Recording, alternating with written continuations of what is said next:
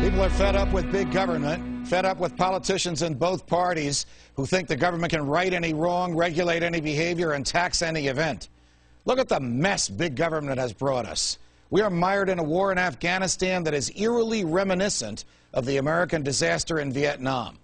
Since the economic collapse of 2008, the federal government has borrowed and spent $2 trillion. The government says that only 15 million adults are out of work, but the number is more likely to be over 30 million. And whatever that number is, it is nearly the same as were out of work before the $2 trillion was spent. Our national debt is rapidly approaching $14 trillion. That's the money that the government has borrowed and not yet repaid.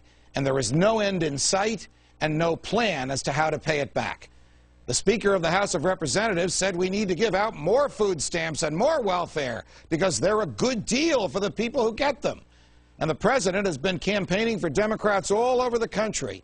And his argument has been this: things could have been worse. Is it any wonder that many of the Democrats for whom he has been campaigning don't even want to be seen with him? What's wrong with the government today? Does the government tell the truth? No. Does the government break its own laws? Yes. Does the government write laws to keep itself in power? Of course it does. What we are witnessing today in America is the slow disintegration of the pillars of freedom. Can anyone seriously claim that Congress follows the Constitution? Can anyone seriously claim that the feds can cure a problem caused by too much borrowing and spending with more borrowing and spending? Is there any among us who thinks that the government would not hesitate for a moment to take our lives, our liberty, and our property without due process if it hated or feared us?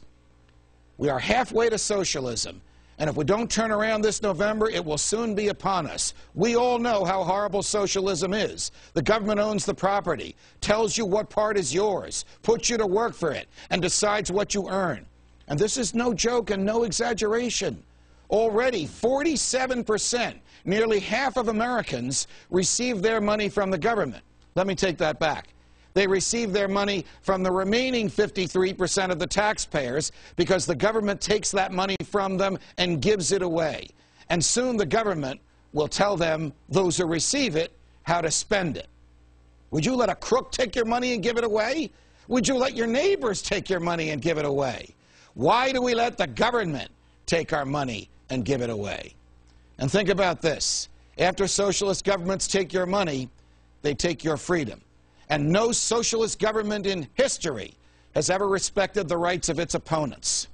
Just last week, a mere 15 minutes from where I am now sitting, a federal judge told the federal government it could not introduce evidence in a criminal trial that had been obtained under torture.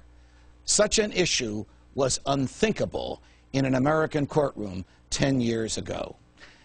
The people who have brought us this misery must be removed from office. However you vote in November, send those people home. From New York, defending freedom, good night, America.